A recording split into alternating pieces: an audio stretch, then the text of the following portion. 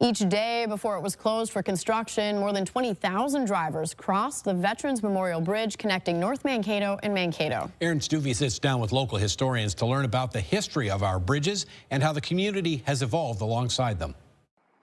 The closure of Veterans Memorial Bridge will affect traffic throughout most of the year. It's the first true reconstruction the bridge has seen since it opened 40 years ago in 1986. Back then, it replaced the Main Street Bridge, which had served the community for decades. It was the result of more than 30 years of planning after the historic 1951 flood showed that the existing infrastructure wasn't going to be enough. I think we also get frustrated with construction projects, and then we want them done like this, but imagine living through a 30-year construction project to end up with the flood walls and 3 new bridges and all of that infrastructure. Before Veterans Memorial Bridge, infrastructure was inconsistent, artifacts of past times. The Main Street Bridge was designed to accommodate steamships moving down the river. And before that, the Iron Bridge was designed for horses and buggies instead of cars and trucks. And still before that, a hand-pulled ferry was used to get people across the river.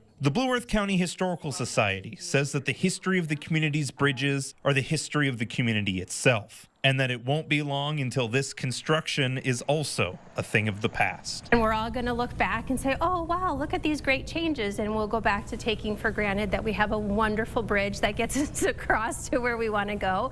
So in the meantime, it's just having patience for progress and realizing that every day is a part of our history. In Mankato, Aaron Stuvey, KUYC News Now.